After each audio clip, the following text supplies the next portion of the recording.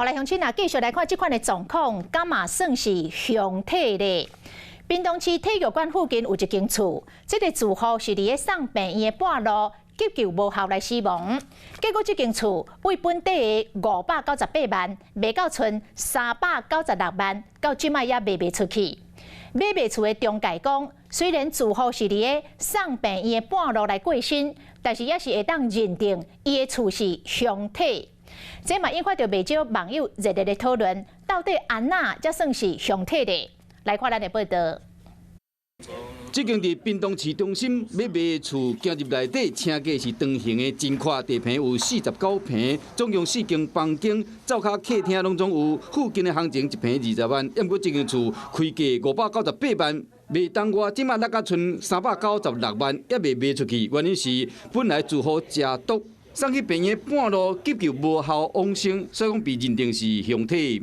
来买的人都认为说他是凶宅，所以要把它杀价。对，所以我看这个价钱已经是最低了，可是他们还是要杀。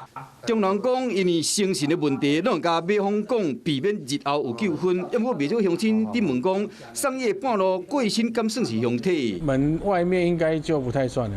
为什么他会算凶宅？他只是突然出来死掉而已啊。凶体定义为风水，还是为中人角度来看，解释无同款。人工来杀害自己生命的方式，死在屋子里面，那才算是标准的凶宅。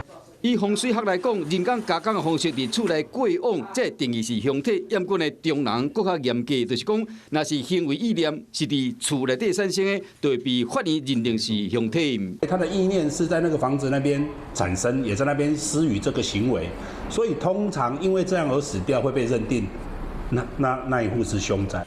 这间厝虽然挖屏东体育馆附近有百货公司甲公园，地理位置嘛袂歹，不过中人嘛讲，厝价无悬，也有另外一个原因，就是这是算旧社区，巷啊较矮，所以讲交通的考虑嘛是这间厝也未卖出去的原因。Hello， 我是林明瑞。想要抢先掌握最及时的新闻资讯吗？赶快订阅、按赞、开启小铃铛，锁定我们华视新闻的 YouTube 频道。